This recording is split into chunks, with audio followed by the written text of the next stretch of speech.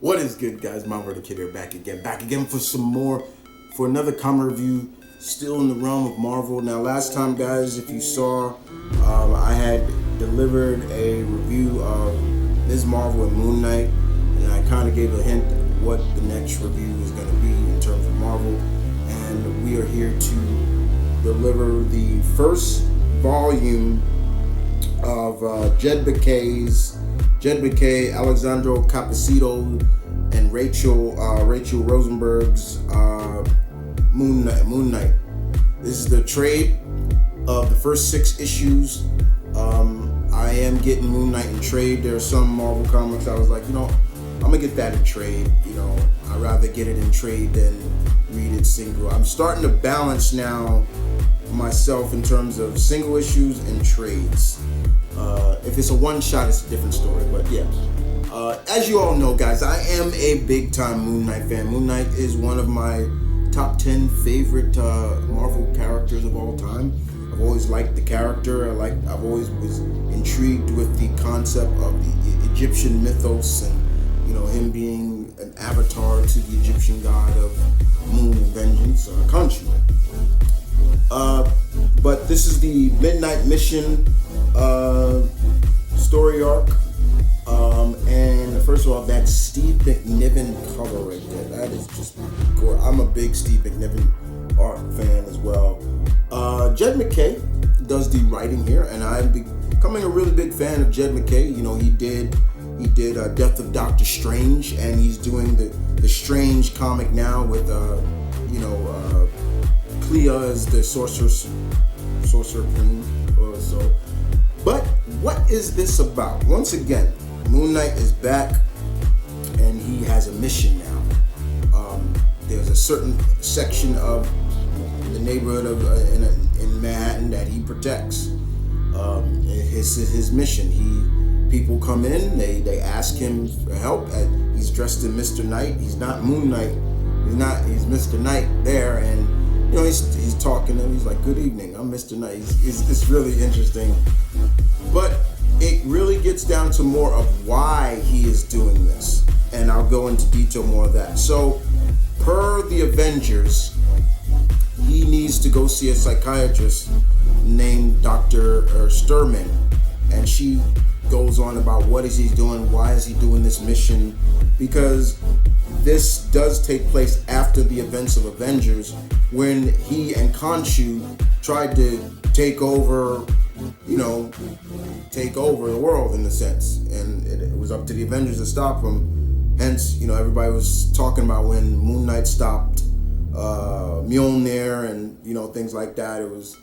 That was Khonshu doing all that stuff, and Mark was a part of it, but and he talks about this. I've died, come back, died, come back again.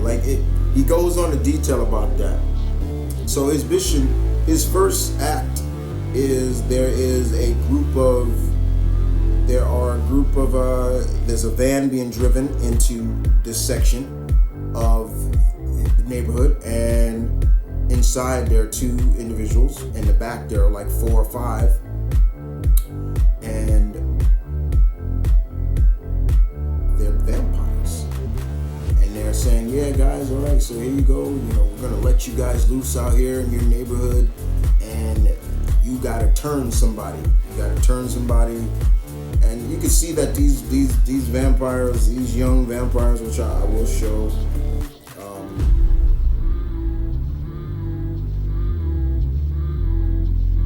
As you can see here, there they go right there. They're like, they look really concerned, almost like they don't want to do this.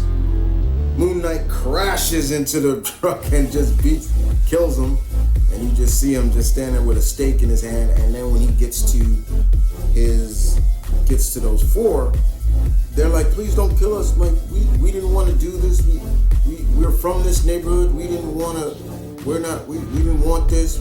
Some even said, "I'm a vegan" and everything like that. Well, let's be honest, baby girl. Vegan or not, when you're a vampire, it's like that goes out the window. Blood is your substance, and I've always been really concerned about that too, because it's like, why, when you're a vampire, why is it human blood? I thought vampires can just live off of any blood. I don't understand. That always bothered me. Like, it has to be human blood to. But you see that in some different vampire lore, it's not just human blood. It can be any blood, cow's blood, pig's blood, any kind of animal blood. But Moon Knight, he lets him go. He actually lets him go. And there's even scenes where he's talking about being resurrected by Khonshu and why he feels. He even says, like, look, I was a bad dude. I was bad. I was a former CIA, former Marine, all this stuff. Then became a soldier for fortune and all this stuff. And I did some bad things. And it really, this series also brings a lot up of Mark's faith. Remember, he's Jewish. A lot of people forget that. Or it's not showcased as much. And if you haven't watched the Moon Knight series on Disney Plus, then yeah, you're gonna be shocked if you're just getting into Moon Knight. But yes, I know Moon Knight was right. His father was a rabbi and everything like that. Growing up in Chicago, he's from Chicago originally. So I know everything that's going on. I love that Jed MacKay is bringing up all this stuff. He's bringing it back up, so reassuring the reader, like, hey, remember, he was Jewish. He's not the only Jewish superhero in Marvel. Shadowcat, she's Jewish. I think a lot of people forget that. But it's brought up a lot, and Mark goes into detail with the psych about, his father was a humble man and everything like that, but I didn't inherit that from him. He's going into detail. Talks about, I did this, I killed my brother, I killed, I can't even see my child. Yes, he had a kid. The mother is scared of me. She doesn't want she left the country you really feel bad for Mark in this. Lo and behold, also in this, while Mark is doing all these good deeds, as for the mission and keeping Reese, one of the vampires that stayed with him, she's his receptionist, safe, and he's fighting vermin, classic Spider-Man villain vermin, which is interesting.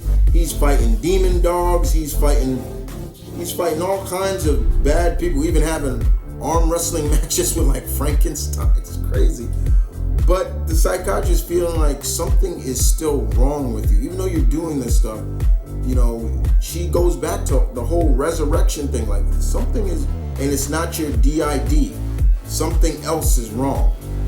And lo and behold, you're also seeing someone watching him, someone monitoring him. Someone is literally, keeping tabs on him, and it's a man, and we finally get to see who that man is. At one point, it's a doctor, and the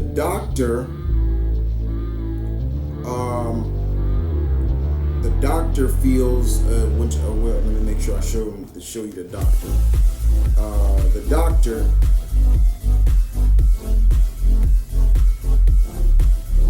Here he is. That's the doctor. I'm trying to remember his name.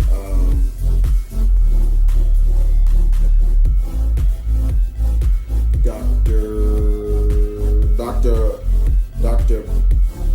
Bara. I hope I'm saying the name right. I believe it's an Egyptian name because he is Egyptian. But he's watching him, and then we get to see that he's also a disciple, because he goes into detail about Khonshu, and you're not the only fist. Khonshu had 2 fists, remember? So yeah, and we do get to see him at the end with the Khonshu statue, and there he is. He's Khonshu's Hunter Moon. And over time, we start to see that he meets a whole slew of cast members, like a character called Soldier, and of course Reese, and all these other people that are in this neighborhood, and they're telling him that we need help, everything like that, and it's great. And Soldier has a hidden secret that we get to learn. I'm not going to spoil that. You got to read it for yourself. But when Mark is introduced to Hunter's Moon, He's like, you betrayed Khonshu, you left him to be imprisoned by lesser gods and everything like that. And he's like, and Mark is like, I don't owe Khonshu nothing. Like, in a sense, he's saying he's brought me nothing but pain and anguish and things like that. And Hunter's Moon is like, you side with vampires. We're the defenders and the fists of Khonshu. Vampires are one of our major enemies. As avatars of Khonshu, they are our enemies. We are the defenders of the night. They're prey, the predators of the night. We're supposed to be killing them. And Mark is like, I'm not killing it as long as they're under my protection. They've done nothing wrong. And he's talking about Reese and all them because Hunter's Moon tried to kill Reese, and he's like, and they get into a big fight, and just the way Hunter's Moon is like, the way you fight is so different. Like, you fight with such anger, and Mark goes into detail about that. It's really interesting. There's just a whole slew of stuff. One of my favorite aspects of this series is where we see Mark reunite with an old West Coast Avenger member, Tigra. Greer Nelson. Once I saw that, I was like, oh yeah, Tigra, Greer Nelson. I'm a big fan of Greer. I love her. She is another one of those Marvel heroines that I want to see adapted into the MCU. I got my She-Hulk. She's another one. She's right up there on the top that I want to see.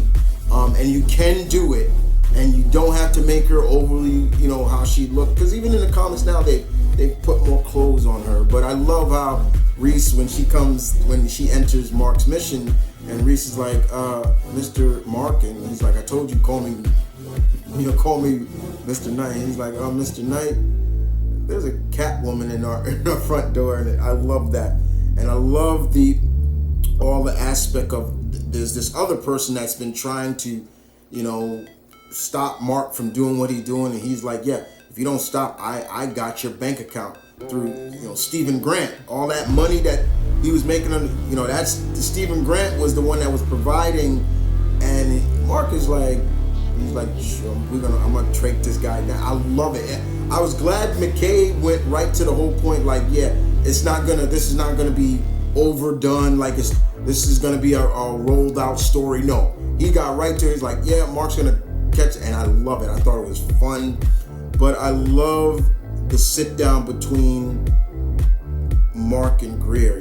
Mark, she knows Mark better than anybody, and she's like, Mark, what is wrong?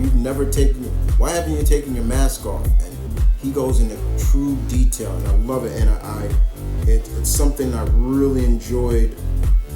And, he talks about, I made some bad choices. He goes into detail about, the daughter he can't see, the people that he loved and they hurt, people he won. He even talks about, the friends that he had in the superhero community, and now they don't trust him anymore because of what happened with the Avengers. Like, they almost like he's lost and things like that. And I love that he betrayed every Avenger friend he had, and I found out I have a daughter and I can't even see her. They think I'm too dangerous, and all night people have asked me to take this mask off, and the reason you want to know the reason why I wear the mask? Because I don't want to see the face underneath. That hit me so hard when I saw it. When I read that, I was like, damn, that hit me. I'm like, yeah, now I'm just like, if they bring something like that to season 2, because they kind of brought that in the season 1, I would, and I love that. But I love that Greer is with her friend to the, I love that. I thought that was great. But overall, the rest of the 6-part issue, because there's 6 parts in it, are good too. But those true issues of why Mark he doesn't take his mask off even when he's Mr. Knight. Nobody sees his face. That was the first time in this that he showed his face, and it's just he was just mortified. But I do like that him and Hunter's Moon, they don't see eye to eye on a lot of things. Hunter Moon think Dr. Bra see Barbara, I think that's how you say it, sees himself as the true fist of Khonshu, but in the end he says we are brothers, and he, things like that. But this was really good. The first 6 issues was really good, and I really enjoyed it. And the artwork by Capuscio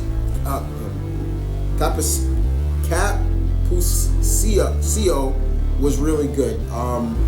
There were just some really beautiful scenes of Mark gliding through the air, like this one right here. This is beautiful. I love that they bring up all the friends he had, and they're either dead or out of his life. He brings up Frenchie, things like that. It's just like, oh man, But you really feel, if you are a Mark Spector fan, you like Moon Knight, you're gonna love this. This was good. I've read almost every. I think I've missed one. I never finished all of, I think, Brian Wood's run. I don't finish all of that, but every other Mark I've loved. But this is really good. This is really good. I can't wait to volume 2 of the next part. I think they're gonna probably do 7 to 12. I don't know if they're going 5 every 5 issues. So if it's 7 to 12, issue 7 to 12, I can't wait. This was good. I really enjoyed this. This was off the charts. This really was off the charts. Mr. McKay, you did a great job with this. I'm really enjoying your Moon Knight. And I'm looking forward to seeing where Mark goes and continue his mission as always. Because that's his way of, almost in a sense, a little redemption. This also kind of feels a little bit, I wouldn't be surprised if Mr. McKay was a little bit inspired, a little bit from Angel from the Buffy series, because that's why he was doing that stuff too. Is he was the baddest vampire at all, and his redemption and forgiveness is why he helps people now. I thought that was, this kind of gave me a little bit of an Angel vibe, but I liked it very much. Guys, I cannot express more to you guys. If you are a Moon Knight fan or you want to get into Moon Knight, but you're like, but Chris, I don't know where to start with Moon Knight. I want to get into him. Should I go back and read past volumes? Yeah, but this is also a somewhat good jumping on point, because it gives you enough incentive that you understand what's going on, because it does the classic, if you want to know what that is, here, read this volume, read this Avengers, things like that. But it's real good. This is all about redemption, and I respect that. He's still Mark. He's still a badass. Don't get it twisted.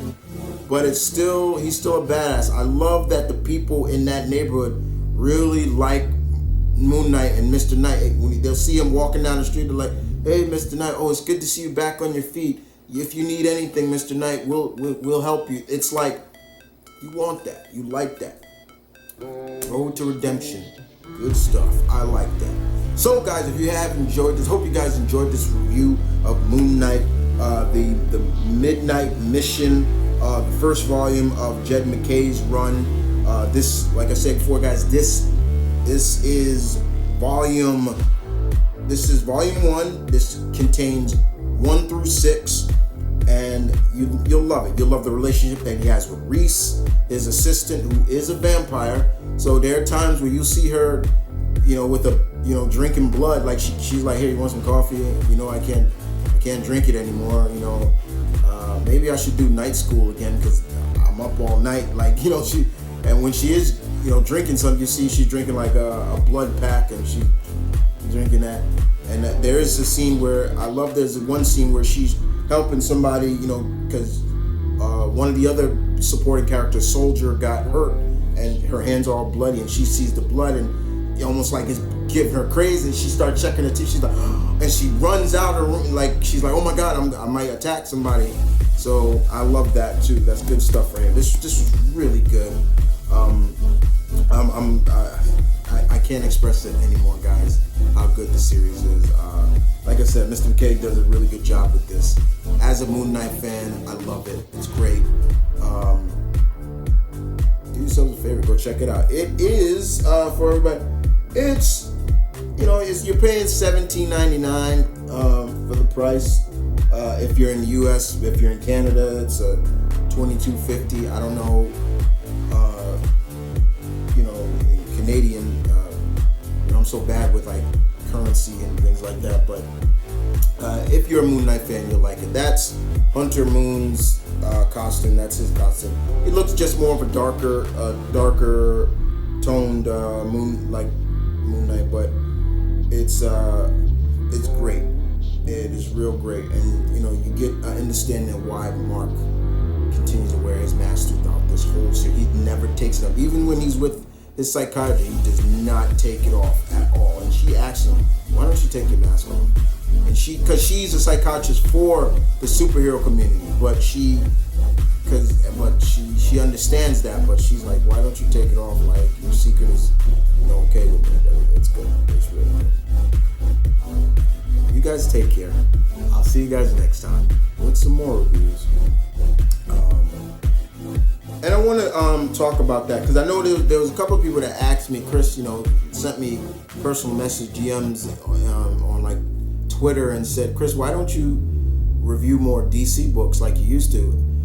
My DC pull list has dwindled so much, and the books that I do read in single issues are Nightwing, and I'm kind of behind on Nightwing. Batman, Superman, World's Finest by Mark Waid. I'm behind on that, but I will get to those. I promise you I will. But a lot of the other DC stuff, I just read in trades now because it saves me a little bit more time and money as well, So I've kind of, like I said, guys, I've kind of balanced myself now. I do read single issues, but I'm reading more indie and Marvel stuff now, and that's not a dig at DC. It's just a lot of DC stuff does not interest me anymore. It really doesn't. That I used to love. It's like I look at what's going on with Wonder Woman. I'm like, okay, that's good, but it's almost like I've seen this stuff before with Wonder Woman, And then there's a lot of stuff I'm like, ooh, I like that, but I'll wait till that comes out on trade because it's just the way it is for me, But don't get me wrong, guys. I will do some more DC books. I have some DC trades that I need to write. I got Superman's 76. I want to review. I got to review that. Things like that. There's some Shazam, Captain Marvel books that I need to review. So things like that, I will be getting to. Don't worry, I will. But in the meantime, guys, take care. I'll see you guys next time. Deuces.